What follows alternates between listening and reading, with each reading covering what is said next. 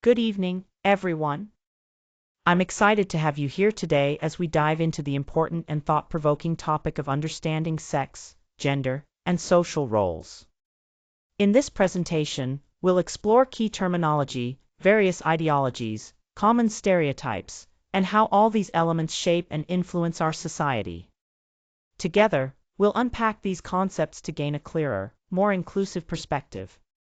Let's get started. In this unit, we're going to focus on several important learning outcomes. First, you'll learn how to correctly apply terminology related to sex and gender, which is essential for clear and respectful communication. Next, we'll practice using that terminology by applying it to real article reviews, helping to ground your understanding in practical examples. Then, we'll dive into exploring scientific findings that shed light on various aspects of sex and gender, deepening your knowledge with research-based evidence. Finally, we'll examine the impact that gender role expectations have on both individuals and society, highlighting how these roles influence behavior, opportunities, and social dynamics. Each of these outcomes will help you gain a well-rounded understanding of the topic. Traditional gender ideology is essentially the belief that men should be the primary earners, or breadwinners, while women are expected to take care of the home and family. This way of thinking supports traditional roles that have been established and maintained through historical social structures. It reinforces the idea that men and women have distinct, separate responsibilities, with men focusing on work outside the home and women managing domestic duties. This perspective has shaped many aspects of society and continues to influence how gender roles are viewed today. When we talk about egalitarian gender ideology, the core principle is all about ensuring equal power and influence between men and women. It's a belief that no gender should dominate or be subordinated to another in any aspect of life. But this ideology doesn't stop at just men and women, it embraces inclusivity beyond the traditional binary. This means it also recognizes and supports the rights and equality of transgender, transsexual, intersex, and androgynous individuals. The focus is on promoting equality for everyone, regardless of their gender identity, fostering a society where everyone has the same opportunities and respect. Transitional gender ideology refers to a set of beliefs that fall somewhere between traditional and egalitarian views on gender. It's not strictly aligned with the old-fashioned, clear-cut roles we once saw, nor does it fully embrace complete gender equality. Instead, it represents a middle ground, where some traditional ideas still hold influence but are gradually changing. This ideology mirrors the broader shifts happening in society as attitudes toward gender roles continue to evolve. It captures that sense of transition, reflecting how people are rethinking and reshaping what gender means in everyday life. When we talk about sex and gender terminology, it's important to recognize that these terms are constantly evolving and can vary depending on the context. This makes it crucial to stay updated and sensitive to how these concepts are used. Now, sexism refers to the beliefs and feelings we hold about gender roles, essentially the stereotypes or expectations society places on different genders. On the other hand, sex discrimination is about the actions or behaviors that arise from those beliefs, such as treating someone unfairly based on their gender. Having clear and consistent definitions for these terms is vital because it helps us communicate more effectively and reduces confusion, especially in academic writing and discussions where precision is key. This clarity allows for more meaningful dialogue and better understanding of these complex issues. Here, we see 4 different types of sexism that shape attitudes and behaviors in distinct ways. Traditional sexism supports the idea that men and women should stick to conventional roles, often assuming that men are more competent, particularly in the workplace. Modern sexism is more subtle, it denies that sexism exists and quietly pushes back against feminist efforts for equality. Hostile sexism is more openly negative, targeting women who challenge traditional roles with criticism and hostility. Lastly, benevolent sexism might seem positive at first glance, as it comes from a desire to protect and care for women, but it still reinforces stereotypes by implying women are weaker and need special treatment. Understanding these different forms helps us recognize how sexism operates on both overt and subtle levels. Let's look at some everyday examples of sexism that many of us might encounter without even realizing it. First, consider the common assumption about who pays the check at a restaurant.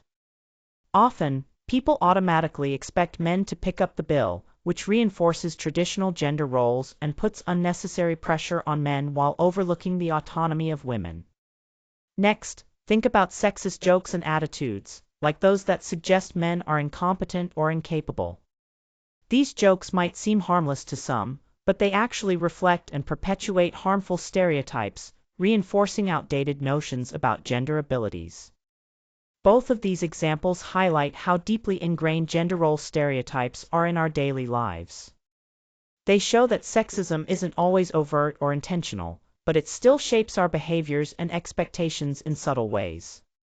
Recognizing these patterns is a crucial step toward challenging and changing them. When we talk about homophobia, we're referring to the fear or negative attitudes people have towards homosexual individuals or even just the idea of associating with them. This fear often leads to prejudice and discrimination. Building on that, heterosexism is a broader form of bias. It's a system that assumes heterosexuality is the norm and superior, which results in prejudice and discrimination against all sexual minorities, not just gay or lesbian people. Then there's transphobia, which is a specific type of prejudice aimed at transgender individuals, often rooted in misunderstanding or fear of gender diversity. It's also important to remember that language around these topics is constantly evolving, and the context in which we use these terms matters a lot. Being aware of this helps us communicate more respectfully and effectively. Gender role stereotyping often stems from assumptions tied to a person's biological sex. These assumptions influence how we expect individuals to behave based on whether they are male or female. Our minds use cognitive schemas, which are mental patterns that help us quickly categorize people and information. For example, when we first meet someone, our brains almost instantly assess characteristics like age, sex, and race, often within the first second. Being aware of this automatic process is crucial because it helps us understand how biases form and how they can affect our interactions and judgments. Recognizing these patterns is the first step toward challenging and changing them. Here, we're looking at two types of expectancies: category-based and target-based. Category-based expectancies are our general assumptions about someone based on their sex category. They're broad and often rely on stereotypes. On the other hand, target-based expectancies come from what we personally know about an individual, making this approach much more personalized. Because target-based expectancies draw from specific knowledge, they tend to be more accurate. By being aware of these differences, we can become more mindful and reduce errors that come from stereotyping, which ultimately leads to fairer and more accurate judgments. When we talk about gender stereotypes in society, there are a few common ideas that tend to come up. For instance, men are often seen as competent and capable, but at the same time, they're expected to be less emotionally expressive. On the other hand, women are typically viewed as warm and nurturing, but unfortunately, they're often perceived as less competent in certain areas. When it comes to fathers, one interesting point is that they are rarely associated with being nurturing, which contrasts with traditional views of motherhood. This shows how deeply ingrained these stereotypes are. Another important stereotype is that women are not often seen as tough or assertive. This can limit how women are perceived in leadership roles or in situations that require a strong presence. Overall, these stereotypes have a real impact. They shape what society expects from men and women, both socially and professionally, which can influence opportunities, behavior, and even how individuals see themselves. Understanding these stereotypes is crucial for challenging and changing them. Here, we're looking at how some examples actively challenge traditional gender stereotypes. Take roller derby players, for instance.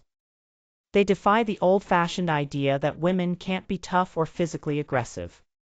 These visible challenges are important because they slowly reshape how society sees women's capabilities.